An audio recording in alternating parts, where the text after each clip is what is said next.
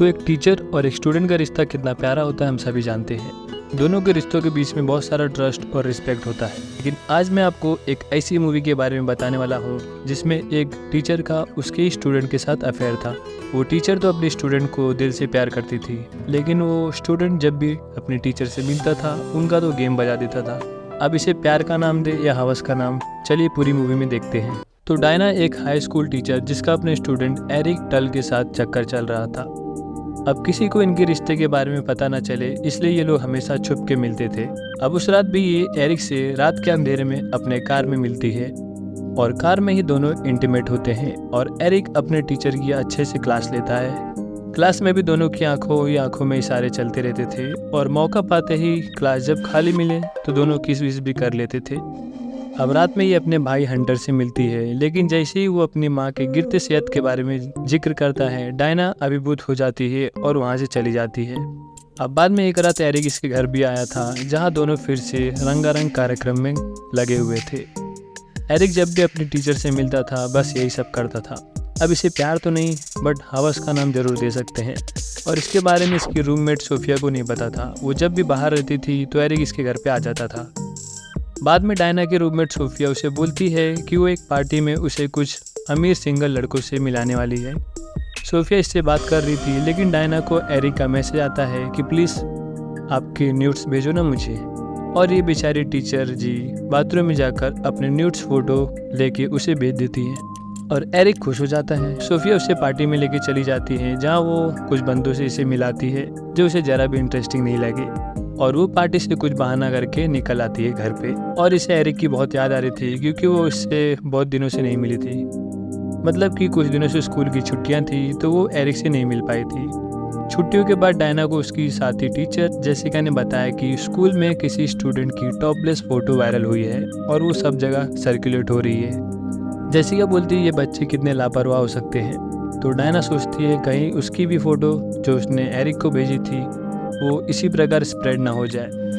तो बाद में वो जब एरिक से मिलती है और वो फोटो उसे डिलीट करने के लिए बोलती है तो एरिक उसे डिलीट कर देता है। अब रात को एरिक उससे घर पे मिलता है क्योंकि सोफिया घर पे नहीं थी आज, जहाँ वो उसे बताता है कि एक लड़की ने उससे सैडी हॉकिंस में डांस के लिए पूछा है। डायना थोड़ा जेलसी फील करती है, लेकिन ये बोलता है ऐसा कुछ बात नहीं है, लोगों को हमारे बारे में शक ना हो इसलिए मैं इसके साथ जा रहा हूँ। एरिक डायना को एक हफ्ते की छुट्टी में अपनी फैमिली रैंच पे लेके जाता है।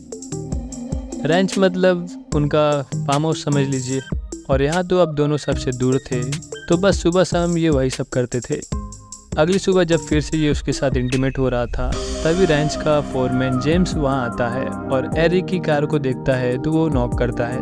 तो फटाक से डायना बाथरूम में छुप जाती है और एरिक जेम्स से बात करता है।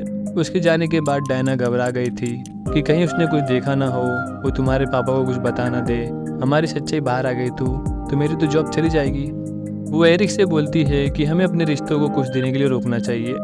एरिक वापस से उसके साथ इंटीमेट होना चाहता था और उसके साथ थोड़ा ज़बरदस्ती भी कर देता है, लेकिन अब डायना जरा भी मूड में नहीं थी और दोनों में थोड़ी बहस होती है और अब दोनों वहाँ से रिटर्न आ चुके थे। दोनों में मिलना जुलना बंद था फिलहाल के लिए। तो बाद में एक दिन स्कूल में डायना एरिक को बोलती है कि वो उसे बहुत मिस कर रही है, तो उससे क्लास के बाद मिले। क्लास के बाद दोनों अकेले क्लास में ही बात कर रहे थे कि तभी जेसिका क्लासरूम में आ जाती है। तो डायना उसे ऐसा दिखाती कि क्लास रिलेटेड ही कुछ बातें चल रही थी। अब दोनों रात में डायना के घर मिलते हैं और फिर से एरिक उसके साथ रंगारंग कार्यक्रम करना चाहता था। दोनों शुरू भी होते हैं, लेकिन डायना थोड़ी अजीब सी हरकत करने लगती है और बोलती है ये हम गलत कर रहे हैं, क्योंकि उसे तो इसके लिए सच्चा प्यार था, लेकिन एरिक बस उसके साथ वही सब करना चाहता था। और एरिक इस वजह से गुस्से से वहाँ से निकल रहा होता है। तो डायना उसे रोकने की कोशिश करती है, बोलती है तुम्हें जो करना है कर लो, लेकिन एरिक अब गुस्से में आ चुका था और वहाँ से ज़बरदस्ती निकल जाता है। तभी इसकी रूममेट सोफिया भी वहाँ आ चुकी थी। डायना भी फटाफट कपड़े पहन के एरिक के पीछे जाती है। ये सब देख सोफिया तो हैरान हो चुकी थी। डायना तुरंत एरिक के घर जाती है, उसे कॉल करती है, लेकिन वो कॉल भी रिसीव नहीं करता। ये घर के लैंडलाइन पे भी फ़ोन करती है, तो एरिक के डैड कॉल रिसीव करके इसे बोलते हैं कि बहुत रात हो गई है, कल सुबह फ़ोन करना। उन्हें लगता है कि शायद उसकी कोई क्लासमेट होगी। अब ये एरिक के रूम के विंडो तक पहुंच जाती है। अब एरिक गुस्से से बाहर आता है। ये उसे बोलती है कि वो इस टॉपिक पे बात कर सकते हैं, लेकिन एरिक को अब उसके साथ रहना ही नहीं था। एरिक के डैड को आवाज़ जाती है और वो भी बाहर आते हैं। तो डायना यहाँ से निकल जाती है। डायना वहाँ से निकल के एक होटल में जाती है, वापस से एरिक को कॉल करने का ट्राई करती है क्योंकि ये उससे बहुत प्यार करती थी, लेकिन उसने बस अपने टीचर को यूज़ किया। अब एरिक ने इसे ब्लॉक कर दिया था।